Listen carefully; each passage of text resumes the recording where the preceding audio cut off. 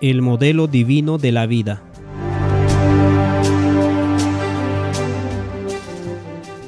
Lo que quiero compartir con ustedes es algo que me resulta muy difícil contener, tanto por su sencillez como por sus implicaciones de largo alcance. Solo ruego que escuchen atentamente a medida que avanzamos en este tema. ¿Les importa si nos arrodillamos y oramos una vez más? Padre, te doy gracias por este tiempo, un tiempo bendito. Siento la elevación de tu espíritu al acercarnos en Shabbat, al acercarnos a la fiesta, al acercarnos a Shabbat de este séptimo año. Padre, te pido las palabras, te pido fortaleza y te doy gracias por escuchar esta oración. En el nombre de Jesús. Amén.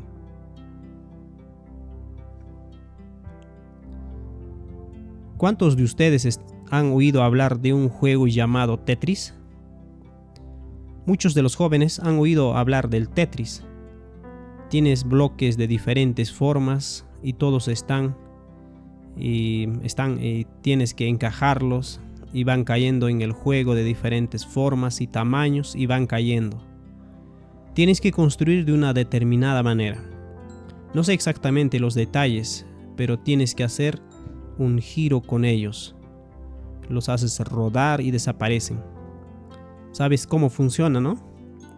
Las personas que se vuelven muy buenas en este juego memorizan las formas, las observan mucho, luego saben dónde va y cómo bajan.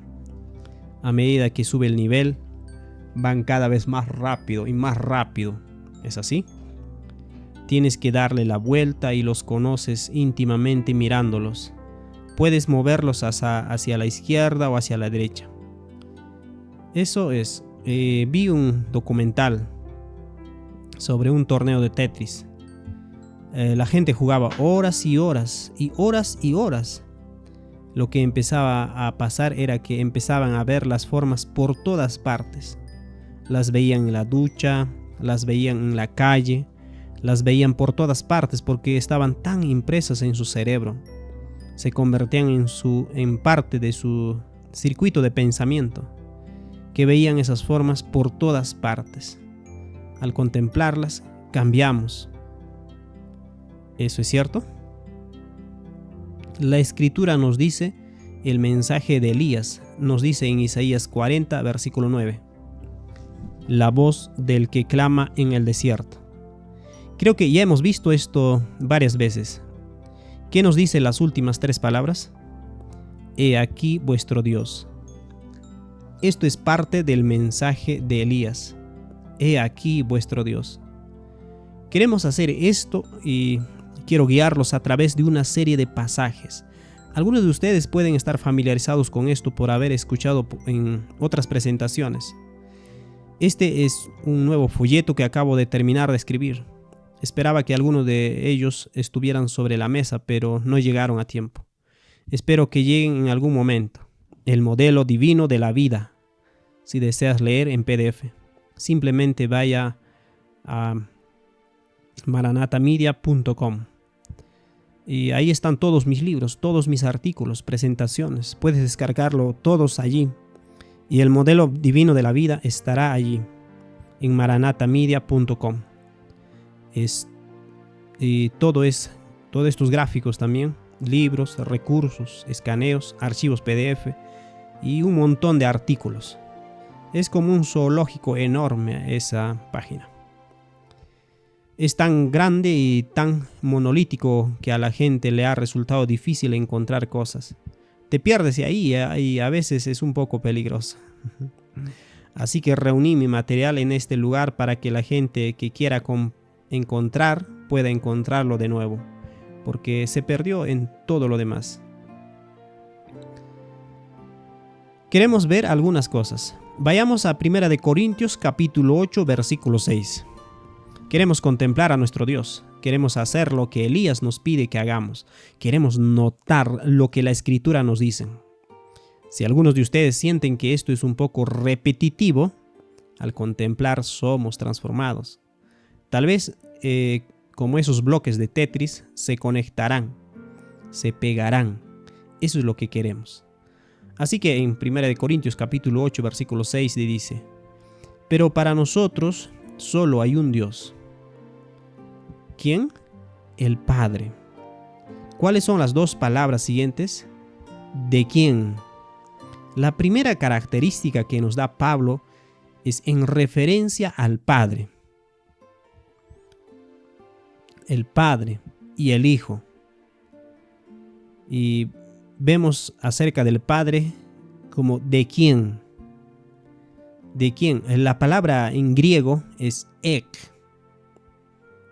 de donde obtenemos la palabra salir, salir del Padre, ¿de quién? Y luego continúa y dice, un Señor Jesucristo. ¿Cuáles son las dos siguientes palabras? ¿Por quién? ¿De quién y por quién? Así que el Padre es de quién y el Hijo es por quién. Si estás dispuesto, si puedes mirar al diccionario Strongs, si eres partidario de los Strongs, una de las definiciones de la palabra que utiliza es origen, cuando habla de quién, origen. Y cuando habla de por quién, es canal, porque cualesquiera que sean las fuerzas oscuras que hayan intentado apoderarse de esta palabra, aún puede ser para bien. Así que aquí vemos origen y canal. ¿Por quién es origen y quién es canal? ¿Por quién? ¿De quién? ¿Por quién? Cuando contemplamos a nuestro Dios, esto es lo primero que vemos. Hay un solo origen, una sola fuente y un solo canal. Esta es la forma en que la Biblia nos presenta a nuestro Dios. ¿Están conmigo? Repetimos, el Padre es de quien procede, el origen, y el Hijo es por quién. Esto nos presenta 1 Corintios 8:6. Vayamos a Colosenses 1:15, hablando de Cristo, dice, quien es la imagen del Dios invisible. Cristo es, la palabra en la imagen griega es icono. Él es el icono. Solo hay un icono. Ese es Cristo. Él es el icono. Él es la imagen. Él es la imagen visible del Dios invisible. Cuando miramos al Padre y al Hijo, recuerden, ahora estamos basando en el edificio en 1 Corintios 8:6, o la base del edificio. Y para nosotros hay un solo Dios, el Padre, del cual son todas las cosas, y un solo Señor, Jesucristo, por medio del cual son todas las cosas. Partiendo de este texto, el Padre es invisible. A Dios ningún hombre había visto jamás. El Hijo unigénito lo ha revelado. 1 Timoteo 6 habla del Dios invisible, pero Cristo es la imagen o lo visible del invisible. Así que el Padre es invisible y el Hijo es visible. Esto es tan solo con observar lo que la Biblia nos dice acerca de Dios. Origen, canal, invisible, visible.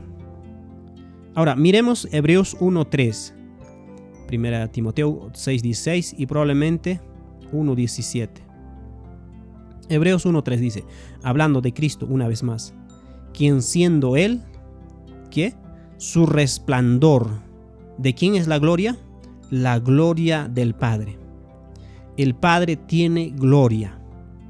Así que vemos en el Padre la gloria. Y Cristo es el resplandor de la gloria o el brillo. Entonces la persona de Cristo magnifica al Padre. ¿Tiene sentido eso? En esto se mostró el amor de Dios en que ha dado a su Hijo unigénito. En la entrega de su Hijo se magnifica el amor del Padre. Isaías 42:21. Él magnificará la ley y la hará honorable. El Hijo viene y magnifica la ley de su Padre. Él magnifica la palabra de su Padre. Él la expande. Piense en ello como la luz que entra en un prisma y luego todos los colores del arco iris. lo descompone en sus partes, pero sale en todos los colores del arco iris, descomponiéndolo. Así que vemos este principio de origen, canal, invisible, visible, gloria y brillo o resplandor. Otro aspecto que queremos poner aquí es en Mateo 3:17, en cuanto a la relación padre e hijo. Un principio muy importante cuando el padre presenta a su hijo es que esto refleja su relación, es un reflejo de cómo se relacionan entre sí. Veamos. Y hubo una voz de los cielos que decía: este es mi hijo amado en quien tengo complacencia. Vemos en esta relación que el origen bendice al canal. El uno, que es lo que es el padre, bendice al hijo. Este es el principio. La fuente bendice al canal, ya que el padre es la fuente o el origen y el hijo es el canal. Así que la fuente bendice el canal. Podríamos analizar otros textos en términos de fuente y canal, pero el otro principio es que la fuente protege al canal. La fuente es el protector del canal. Mire nuevamente en Hebreos capítulo 1, cuando Cristo fue desafiado, cuando su posición fue desafiada por Satanás, ¿qué le dijo el Padre a su Hijo en Hebreos capítulo 1? Dice: yo te he engendrado. Y luego dice en Hebreos 1:13, ¿y a cuál de los ángeles dijo jamás: siéntate a mi diestra hasta que pongo a tus enemigos por estrado de tus pies? Entonces, ¿quién va a hacer esto? El Padre interviene para defender a su Hijo. Él protege a su Hijo. Él dice: yo pondré fin a esto y someteré a todas las naciones bajo tus pies. Esta es la protección. Cuando Lucifer intentó atacar al Hijo de Dios, el Padre lo protegió. En el concilio del cielo, cuando Lucifer se resistió a Cristo, el Padre se puso de pie y se lo dijo a todo el mundo. El Hijo no se defendió. El Hijo no se puso de pie y comenzó a atacar. Esperó a que el Padre hablara primero y habló. Estos son algunos de los principios. Vayamos a Génesis 1:26. Quizás conozcamos ese versículo. ¿Qué dice? Hagamos al hombre a nuestra imagen. ¿Quién habla y quién escucha? ¿A través de quién creó Dios todas las cosas? A través de Jesús, a través de Cristo. Dios le dice a su Hijo. Esto vemos en el Espíritu de Profecía, volumen 1, página 24. Dios dice a su Hijo: hagamos al hombre a nuestra imagen. Estamos hechos a la imagen de Dios, porque estamos hechos a imagen de Dios. A imagen de Dios lo creó, varón y hembra los creó, dice Génesis. Porque estamos hechos a su imagen, su firma, su relación existe dentro de la humanidad. Para cada uno de nosotros que existimos en esta sala, tenemos y venimos a este mundo a través de una relación de fuente-canal. ¿No es así? El padre le pasa la semilla a la madre nutre y expande la semilla y trae lo invisible a lo visible. Eso tiene sentido. Todos hemos llegado a la vida a través de este patrón, a través de este canal, invisible, visible. Quiero presentarles otra línea. Hemos repasado los atributos principales: origen, canal, invisible, visible, gloria y brillo o resplandor, o el principio de magnificación. Son los tres principios principales que queremos considerar. Podemos ir a 2 de Corintios capítulo 4. Lo que les estoy presentando en estos principios es el modelo que se debe seguir al observar a nuestro Dios a través de las Escrituras. Dios nos está mostrando el modelo de pensamiento, cómo debemos pensar. Debemos comenzar a ver en estas cosas los pequeños bloques de Tetris, de modo que cuando miremos y cuando veamos el canal de fuente, veamos lo invisible, lo visible, veamos la gloria y el brillo o la magnificación o el resplandor. Lo veamos en todas partes, de modo que la firma del Padre y del Hijo esté sobre toda la creación. Colosenses 2:2, en la última parte del versículo dice: al conocimiento del misterio de Dios y del Padre y de Cristo, en quien está escondido. ¿Cuántos tesoros? Todos los tesoros de la sabiduría y el conocimiento. De mi lectura de las Escrituras vemos que en la relación entre el Padre y el Hijo hay una clave oculta para quienes descubren esta relación, quienes descubren la relación de origen, engendramiento con el Padre. Entonces pueden poseer una clave que abrirá todos los tesoros de la sabiduría y el conocimiento. Está conectada con su relación. ¿Entiendes lo que estoy diciendo? Al adorar al Dios verdadero, tienes en tu mano la llave para abrir todos los tesoros de la sabiduría y el conocimiento. Si rechazas al Dios verdadero y a su Hijo, pierdes esa llave y pierdes los rastros de la sabiduría y del conocimiento. De modo que cuando dice Romanos 1, adoran y sirven a la criatura más que al Creador. Se están volviendo insensatos, se vuelven ciegos porque no saben lo que hacen. Dejemos caer la llave, y la clave se encuentra simplemente en reconocer al único Dios verdadero y a Jesucristo el Señor. Una vez que posees esa llave, las cosas comienzan a abrirse, las cosas comienzan a desenredarse de una manera que comienza a tener sentido. Quiero ver algunas de esas cosas, pero primero que todo quiero ofrecerte un contraste, una diferencia. Dice en 2 Corintios 4:3, hablando del Evangelio. Pero si nuestro Evangelio está aún encubierto entre los que se pierden, está encubierto, en los cuales el Dios de este siglo cegó el entendimiento de los incrédulos. Pablo ahora da la firma de lo que está hablando. Esta clave, la clave entre la fuente y el canal, porque luego habla del glorioso Evangelio de Cristo. ¿Y qué dice? ¿Quién es la imagen de Dios? Ahí está la clave, la imagen de Dios, la imagen de lo invisible, el canal de la fuente.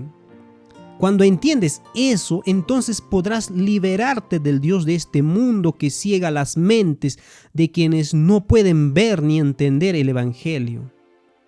¿Estás haciendo la conexión? ¿Tiene sentido o no? Déjame explicarte un poco más. Tenemos esta relación entre Dios y su Hijo. Él es la fuente, el Padre. El Hijo es el canal. Todo lo que el Padre tiene viene a través de su Hijo. Ningún hombre, nadie, ninguna criatura llega al Padre excepto a través del Hijo. Si quieres tener acceso a Dios, debes hacerlo a través de su Hijo. No hay otra manera. Permíteme ofrecerte una razón por la cual no hay otra manera.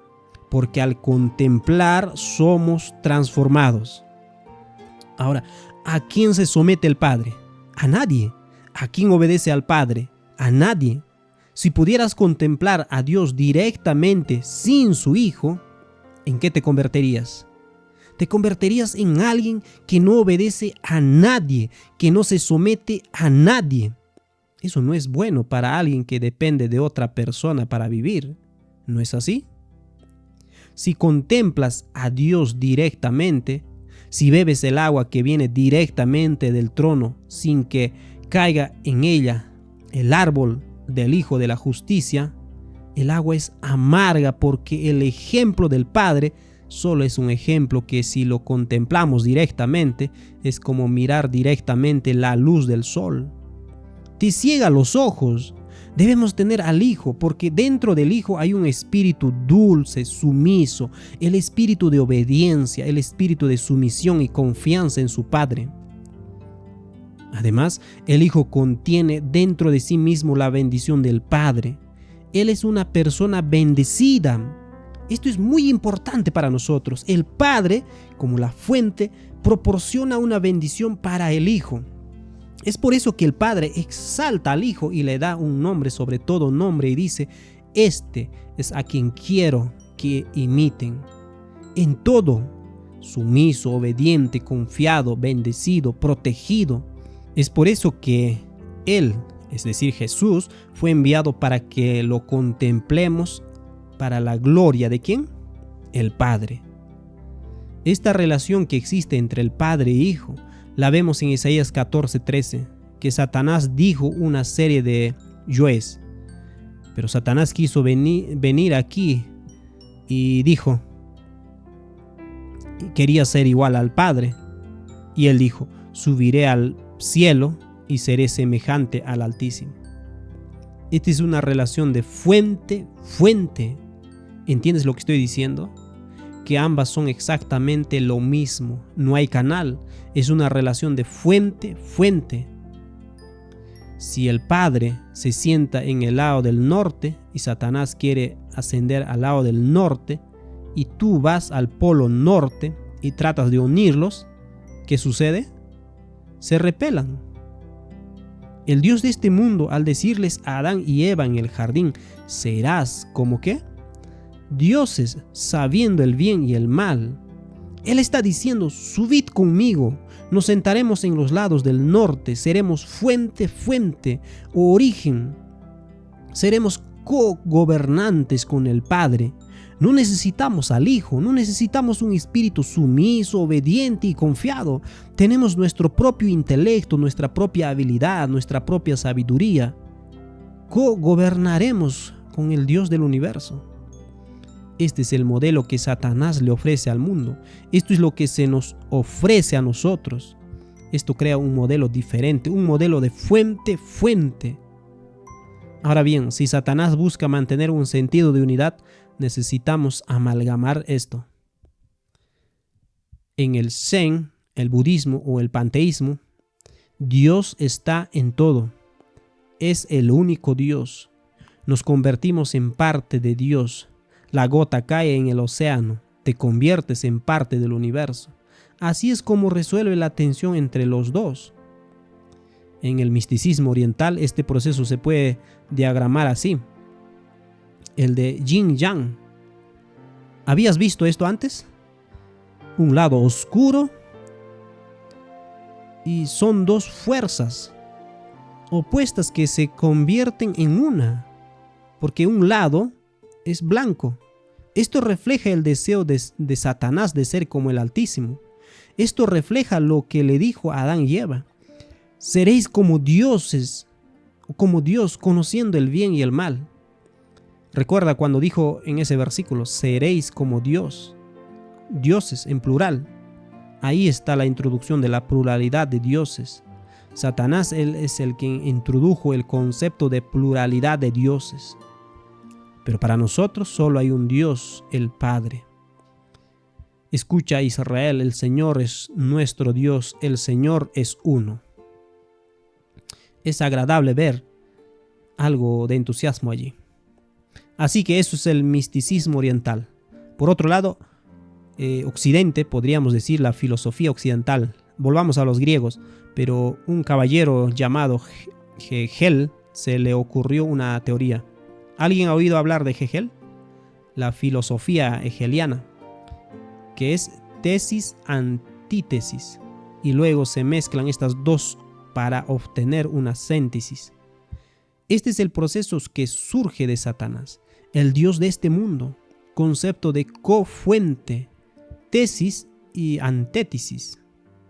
El mundo entero, al menos al mundo occidental, está operando según este principio. El gobierno en Australia opera según este principio porque tenemos dos partidos principales. Uno se llama el gobierno y el otro se llama la oposición.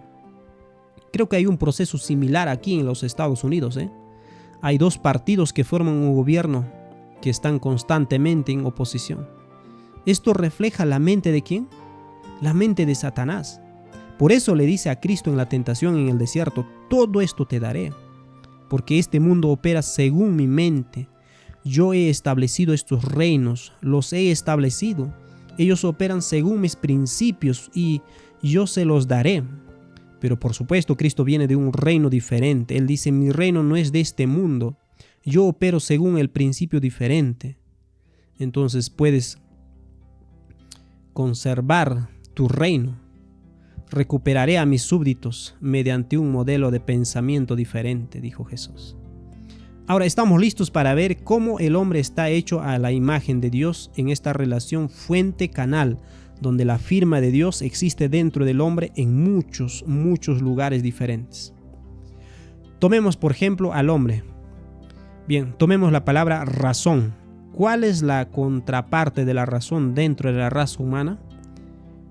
¿Cuándo alguien es racional? ¿Cuál es la contraparte de la racionalidad? Irracional. Podríamos llamarlo emoción. ¿Emocional? Las emociones pueden ser irracionales. La emoción puede ser irracional cuando la emoción se equipara con la razón. ¿Ves con la mentalidad de qué está operando? Si la emoción es sumisa, si la emoción es obediente a la razón, entonces la emoción es un amplificador y magnificador de la razón. La razón es invisible, la emoción es visible, ¿no es así? Pueden ver que cuando estas cosas funcionan según el modelo correcto, reflejan la imagen del Dios. Cada hombre y su ser reflejan la imagen de Dios. Cuando tomamos la emoción y le decimos a la emoción, ascenderemos a lo más alto de nuestros procesos de razonamiento, la parte animal del cerebro, que es la parte posterior, sube y es coigual a la parte racional del cerebro. Tenemos todo tipo de problemas, ¿no es así? Se manifiestan sobre todo en la mesa cuando la razón te dice, ya has comido bastante, y la emoción dice, pero quiero más. ¿Quién ganará el debate? Si tienes una relación de padre e hijo, entonces la emoción se someterá a la razón y la razón dice, ya basta. La sumisión emocional dice, está bien. Pero si la emoción se equipara a la razón y la razón dice, ya basta, la emoción dice, cállate, me voy a comer esto. Vemos este modelo. Estamos siendo expuestos a este cambio en la comprensión. Regresemos a los conceptos místicos orientales de Star Wars. Porque Star Wars dice, ¿cuál es el principio rector de Star Wars? La emoción. Dice, siéntelo. Deja que tus sentimientos te guíen. Deja que tu corazón te guíe. No pienses, siente. Este es el principio de Lucifer, porque quería gobernar sobre Dios. Quería tomar esa posición y gobernar sobre la razón. Ese es el principio, o uno de los principios que él sigue. Por supuesto, está más feliz de ir en la otra dirección. Los estoicos, ¿quiénes eran los estoicos? Pero tenían un propósito en la vida. Pero ser estoico, ¿qué significa? No tener emociones. Es simplemente lo que sea. Entonces esto es lo opuesto. No importa cuál, siempre y cuando uno domine o aplaste al otro. Cuando tienes una razón que está completamente desprovista de emociones, en el mundo espiritual a eso lo llamo estreñimiento. Tienes que tener una salida para la razón. Teniendo esto en mente, la razón debería guiar a la emoción, pero la razón sin emoción o la fe sin obras está muerta.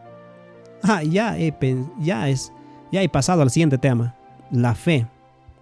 Así que ponemos aquí fe en relación como la fuente y obras en relación al canal. Ya les he dicho cuál es la contraparte de la fe, las obras. ¿Han oído alguna vez la ilustración que dice que la fe y las obras son como dos remos de un barco? ¿Han oído esa ilustración? Hay que mantenerlos en tensión. ¿Hay una tensión en la relación padre-hijo? No lo hay. Una es una expresión de la otra. Gálatas 5:6 nos dice, la fe que obra por el amor. Así pues, la fe y las obras, la fe invisible a través de las obras que son visibles. Ese es el modelo. Así es.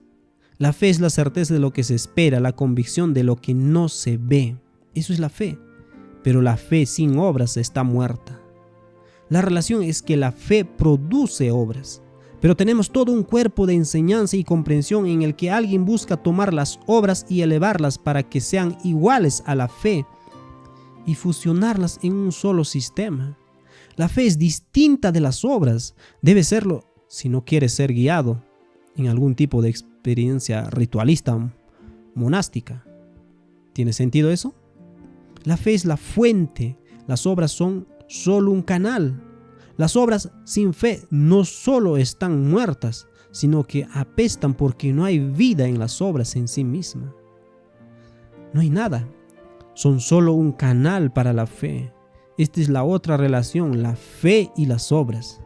Podemos aplicar esto a muchas áreas. La razón y la emoción también pueden expresarse en la mente y el cuerpo. Existe toda una literatura dentro de la psicología que nos habla del problema mente-cuerpo y de qué es ese problema. Simplemente se trata de averiguar cuál es el que manda. ¿Es el cuerpo el que informa a la mente o es la mente la que informa al cuerpo? Bueno, es bastante simple cuando se sigue el modelo divino de quién y por quién.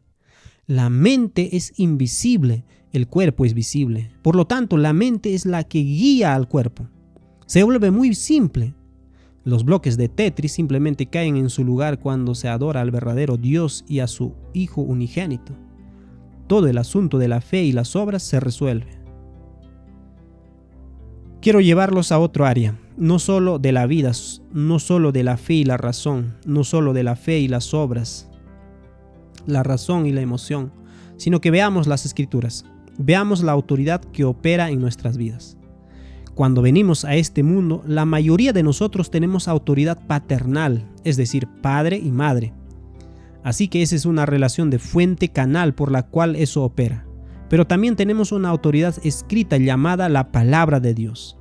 ¿En cuántas partes se divide este libro? ¿La Biblia? 2 partes. He aquí la pregunta. ¿Cuál es la clave? ¿Cuál es la relación entre el Antiguo y el Nuevo Testamento? He aquí a vuestro Dios.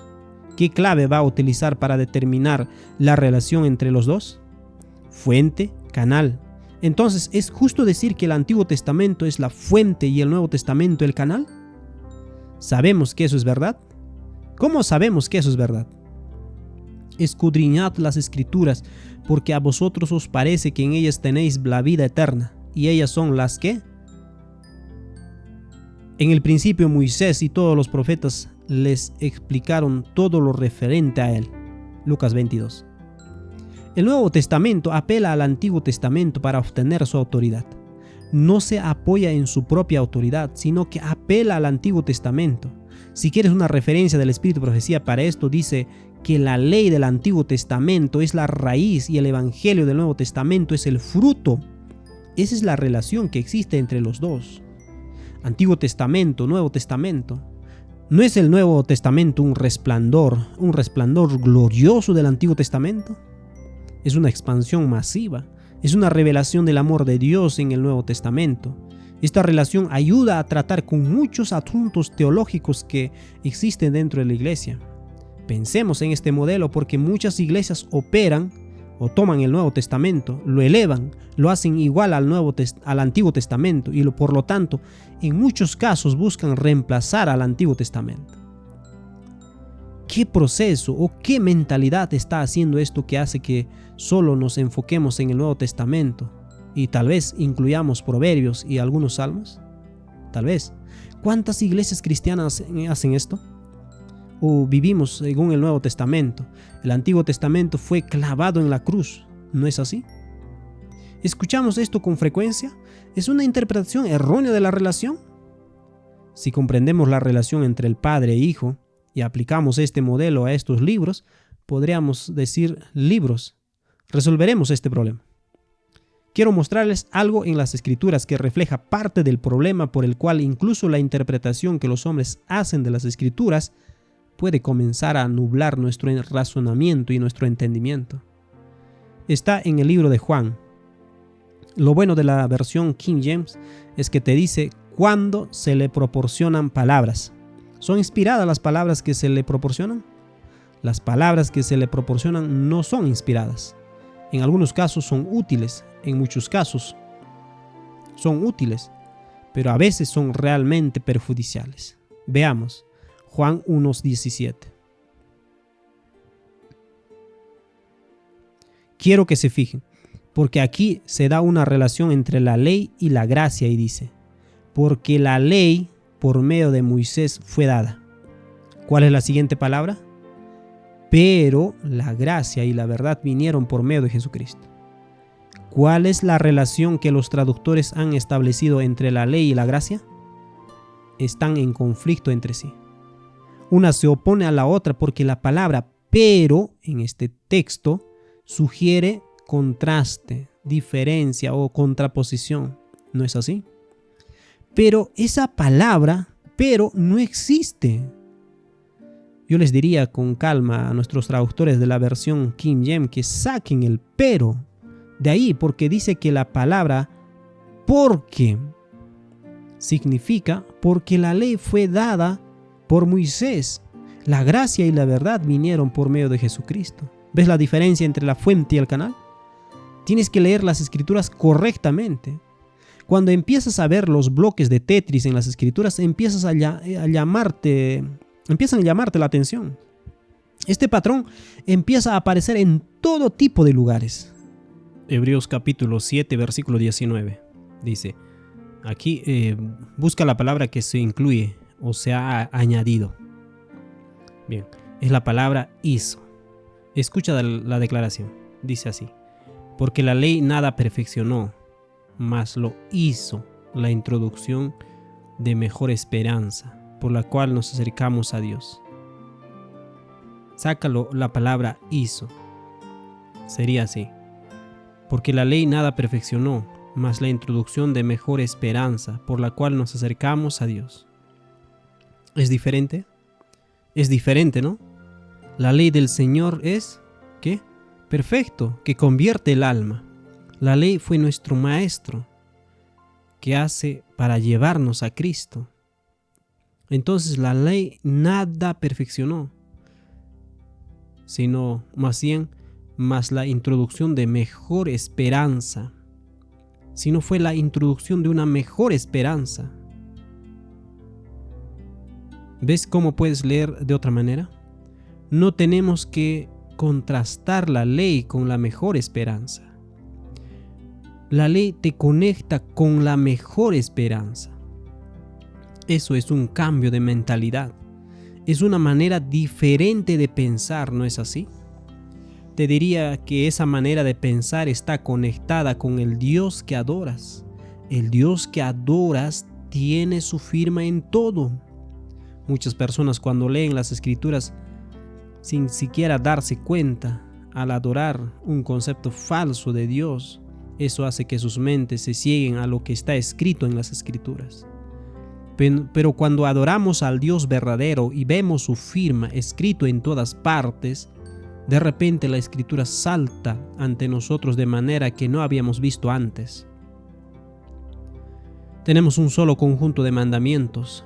Hemos examinado la Biblia y se ha traducido a los mandamientos. Un conjunto de mandamientos. ¿Cuántas tablas? 2. ¿Cuál es la relación entre los dos? Canal de origen. Amarás al Señor tu Dios con todo tu corazón, con toda tu mente y con toda tu alma, y a tu prójimo como a ti mismo. De estos dos depende toda la ley y los profetas. Así pues, los mandamientos mismos son una relación de fuente-canal. Si llegamos al corazón de la ley, y espero que puedas seguirme en este punto en particular, porque los primeros 3 mandamientos dicen: no tendrás dioses ajenos delante de mí, no te harás imagen alguna, no tomarás el nombre de Dios, el nombre del Señor tu Dios en vano. Entonces obtienes algo positivo. ¿Y qué es? Acuérdate del día de reposo. Entonces, ¿cuál es el siguiente mandamiento con un positivo? Honra. Recuerda y honra. Recuerda tu fuente, honra tu canal. ¿Quién es el canal por el cual llegamos a la vida? Es a través de nuestros padres. ¿Quién es el que dio vida a nuestros padres para que nos dieran a nosotros? Dios es la fuente. Así que estos 2 mandamientos, el 4º y el 5º mandamiento, son el corazón de la ley. El sábado y la familia son el corazón de la ley de Dios. El sábado y la familia es lo que existía en el Edén antes de la caída. El sábado y la familia son los elementos visibles antes de la caída del hombre. Con la gran marea de amor que fluye a través de la experiencia humana, estos eran los únicos 2 que eran visibles. Pero cuando Satanás vació el estanque, los otros 8 se hicieron visibles. ¿Entiendes lo que estoy diciendo? porque los otros 8 mandamientos te están señalando a estos 2. Por allí, no por allí, no por allí. Ve por aquí o por aquí. La ley en sí misma es una fuente, como dice Proverbios 13:14. La ley de los sabios es la fuente de vida. Está construida según el modelo divino, exactamente a imagen del Padre y de su Hijo. Empiezo a entusiasmarme mucho con estas cosas, como esta. La ley es una promesa, una fuente que brota y ha sido provista. Por lo tanto, la ley de Dios misma nos proporciona un modelo divino que está en la imagen de Dios y su Hijo. Lo vemos en las 2 tablas, en el 4º y 5º mandamiento, y todos los demás son negativos. Sé que voy un poco rápido, pero si te das cuenta de que te estás quedando atrás, todo está en el folleto. Echemos un vistazo a algunas otras cosas en las Escrituras, porque aquí es donde se pone realmente emocionante. El santuario. ¿Cuántos departamentos? ¿Cuál es la relación entre los 2, el Santo y el Santísimo? ¿Cómo se llega al Santísimo? ¿Por medio de quién? ¿Se llega por medio de quién? Se llega al Santísimo por medio del Santo. Así que el santuario en sí es un modelo divino, un canal fuente. Se llega al Santísimo a través del lugar santo. Cuando se entra al Santísimo, ¿cuántos documentos existían en el Santísimo? 2. Ahora pregunto, esta es una pregunta crítica, ¿cuál es la relación entre estos 2 documentos? Los 10 mandamientos están en el arca, están escondidos debajo del propiciatorio. Nunca se sacan, siempre están allí, son invisibles. ¿Cuál es el otro documento? El libro de la ley. Está al costado del arca, es el libro de la ley, es una relación de fuente-canal. Déjame preguntarte algo. ¿Qué hace el libro de la ley en el lugar santísimo si fue clavado en la cruz cuando Jesús murió?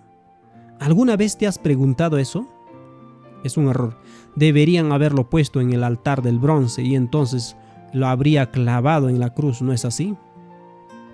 Está aquí en el lugar santísimo para aquellos de nosotros que creemos en el movimiento adventista. Cuando Cristo pasó del lugar santo al santísimo, ¿en qué momento? En 1844. Este libro se vuelve realmente relevante después de 1844. ¿Eso es cierto? La ley, el Pentateuco, todas estas cosas comienzan a abrirse ante nosotros simplemente al adorar al verdadero Dios y a su Hijo, y estos patrones y estos modelos comienzan a ser revelados, porque el libro de la ley fue sacado y leído ante el pueblo. Ahora era visible, así que hay un visible y un invisible. Piensen en esto por un momento. El libro de la ley está a la derecha de los 10 mandamientos. ¿Quién está sentado al lado derecho del Padre? El Hijo. La ley es una transcripción del carácter de Dios y de Cristo, dice el Salmos 14:8. En el libro de la ley está escrito de mí. Cristo en el libro de la ley. Entonces, ¿fue el libro de la ley clavado en la cruz? Sí, fue en la persona de Jesucristo. Pero ¿saben qué? Él resucitó. Así también lo hizo ese libro. Salió de la tumba glorificado. Es un libro hermoso, ¿no es así? Estas son algunas de las cosas sencillas que empiezas a ver. Solo lo repito, adorar al Dios verdadero se vuelve muy, muy emocionante cuando empiezas a hacer esto. Ahora, quiero llevar esto a un paso más allá. Porque cuando leemos la Biblia, ¿cuántos santuarios hay en las Escrituras? Hay 2, ¿no es así? Hay 2 santuarios en el Antiguo Testamento. El celestial, el Padre mora entre los querubines. Luego está el santuario terrenal. ¿Existe una relación invisible y visible? ¿Fue el santuario terrenal del Antiguo Testamento la fuente de la salvación de Israel? ¿Dónde estaba la fuente de su salvación? En el cielo. Entonces, lo que venía a través del sistema terrenal se originaba en el cielo. ¿Tiene sentido eso? Porque la sangre de toros y machos cabríos nunca puede purgar el pecado. Nunca lo hizo, nunca lo hará. Pero para que usted pudiera acceder a la realidad celestial en el Antiguo Testamento, tenía que participar en esos servicios. Eran un canal por el cual se accedía a lo invisible en el Antiguo Testamento. ¿Tiene sentido eso? Debido a que Caín se negó a traer el cordero, no accedió a la fuente. Usted tenía que traer el cordero visible para poder acceder al cordero invisible. Este es el modelo del Padre y su Hijo. En el Nuevo Testamento, ¿quién es el santuario en la tierra? Nosotros somos el santuario, el templo de Dios. Por lo tanto, nos convertimos en lo visible de lo invisible en el cielo. ¿Tiene sentido eso? En el Antiguo Testamento, solo queremos pensar en esto por un momento. ¿Cuántos sacerdocios había en el Antiguo Testamento? 2. ¿Cuál es la relación? ¿Cómo operaba el sacerdocio arónico? ¿Era un equivalente al sacerdocio de Melquisedec? Era un canal de sacerdocio de Melquisedec. Las bendiciones de Melquisedec en el cielo, o el sacerdocio de Melquisedec desde el cielo hasta la tierra, Cristo está llegando. Cristo es el único mediador entre Dios y el hombre, porque la gente del Antiguo Testamento, cuando terminaba de decir sus oraciones, no decía en el nombre de Aarón. ¿No es así? Él era solo un canal. Él no era la fuente. Solo les estoy sugiriendo algunas de las relaciones que existen y que pueden ayudarnos a entender varios. Cuando vemos dos, tantos dos en las Escrituras, pueden preguntarse, ¿cuál es la relación? Si vemos que lo invisible y lo visible están operando, si vemos la fuente y el canal, podemos ver que hay una conexión que está ocurriendo allí. Génesis 1:14, esta es una relación muy importante. Que haya luces en el firmamento. Versículo 16, y Dios hizo, ¿cuántas luces? 2 grandes luces. ¿Cuál es la relación entre las 2 luces? La luna no tiene luz propia, se refleja. ¿Puedes mirar directamente al sol? No, la única forma de mirar la luz solar directamente, bueno, no es directamente, pero la única forma en que podemos mirar un objeto que tiene luz solar es a través de la luna. Es una relación interesante, ¿no? Se basa en la relación fuente-canal. Es debido a esta relación entre el sol y la luna que estoy particularmente interesado en el sábado. Cuando observamos el sábado, hay esencialmente 2 conjuntos de sábados. Está el sábado semanal y luego están los sábados anuales, ¿es correcto?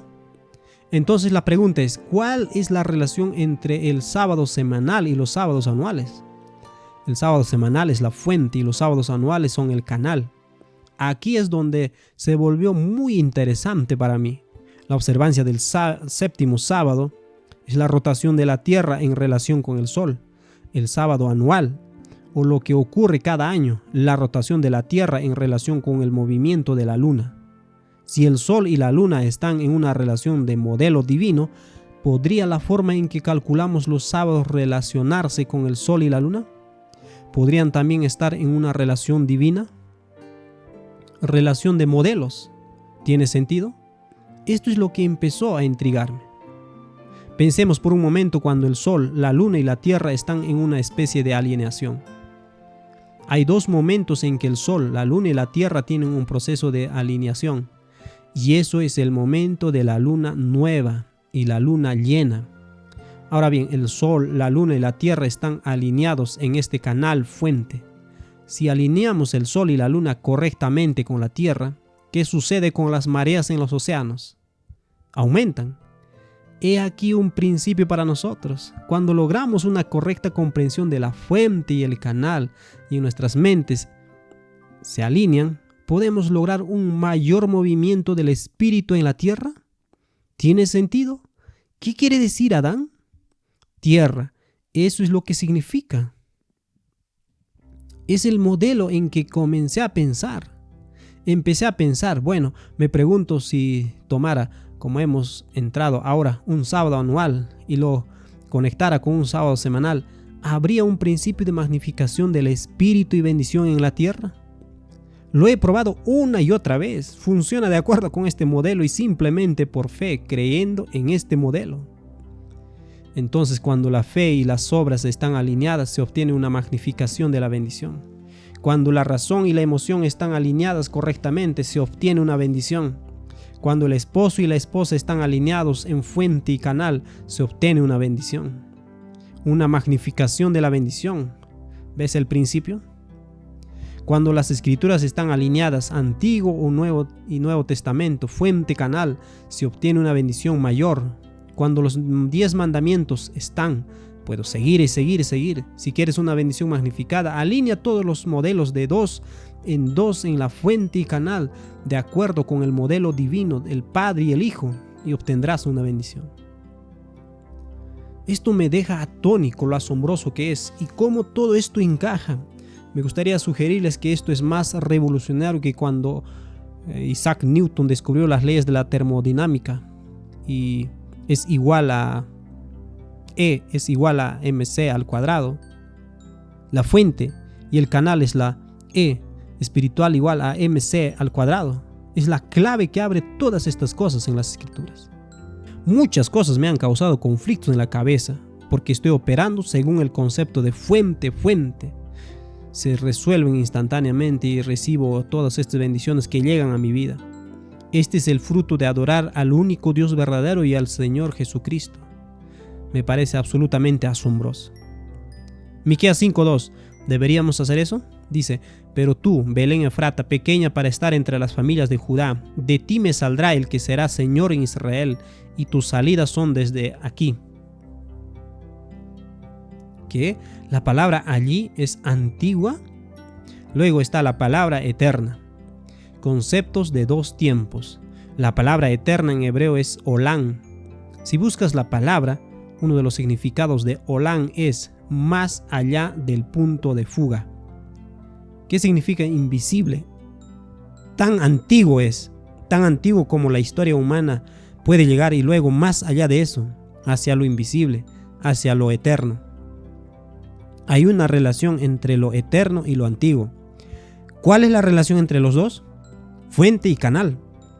Este es un concepto que puede llevarnos un poco de tiempo trabajar, pero piénselo así. Aquí está el concepto de eternidad. El tiempo está hecho a imagen de la eternidad. De modo que cuando Cristo fue engendrado en esta línea, cuando hubo un tiempo en el que Cristo no estuviera en la presencia del Padre, ¿ves cómo esto resuena la atención? Que el tiempo no es eternidad, pero lo que hacen muchas personas que adoran a un Dios diferente es tomar el tiempo y elevarlo al mismo nivel que la eternidad y convertirlo en el concepto de una sola vez. Entonces dicen: vaya, tienes a Cristo con el principio. No puedes hacer eso. Pero eso se debe a que están confundiendo el tiempo y la eternidad. Puede que les lleve un poco de tiempo pensar en eso. Lo que les estoy sugiriendo es que si todas las cosas están hechas a imagen del Padre y del Hijo, y debido a que la Biblia nos ofrece conceptos de 2 tiempos, ustedes deben preguntarse cuál es la relación entre ambos. La mayoría de las personas simplemente lo consideran una sola cosa en un continuo. Les digo que no lo veo así. Lo veo porque esto está más allá del punto de partida. Esto es invisible, la eternidad, y el tiempo es visible. Esto me indica que es una relación del modelo divino. Creo que deberíamos dejarlo ahí, ¿no? Te animo a que estudies esto porque hay mucho más. 2. Cuando adoramos al Dios verdadero, podemos recibir una tremenda bendición de la palabra de Dios. Fue este principio principalmente lo que me llevó al gozo de las fiestas. Esto es lo que principalmente me trajo a este movimiento. Fue la relación del Padre, Hijo, fuente, canal y la magnificación de la bendición. Me hizo decir: quiero una magnificación de la bendición. Una cosa más. ¿Cuántos diezmos hay en la Biblia? 2. Si diezmas 2 veces, el de la fuente y el de la canalización, ¿obtendrás una mayor bendición? Arrodillémonos. Padre Celestial, te agradecemos mucho por la revelación de la verdad del Padre y del Hijo, que nos das la clave que abre todas las verdades de las Escrituras. Todos los pares que vemos, muchas de ellas están hechas a imagen del Padre y del Hijo. Solo necesitamos entender al Dios verdadero para abrir estas cosas. Te ruego que les hables a cada uno de mis hermanos y hermanas para que les digas si estas cosas son así. Y te ruego que ellos también encuentren la bendición que yo he encontrado al investigar estas cosas. Y te doy gracias, Padre, en el nombre de Jesús. Amén.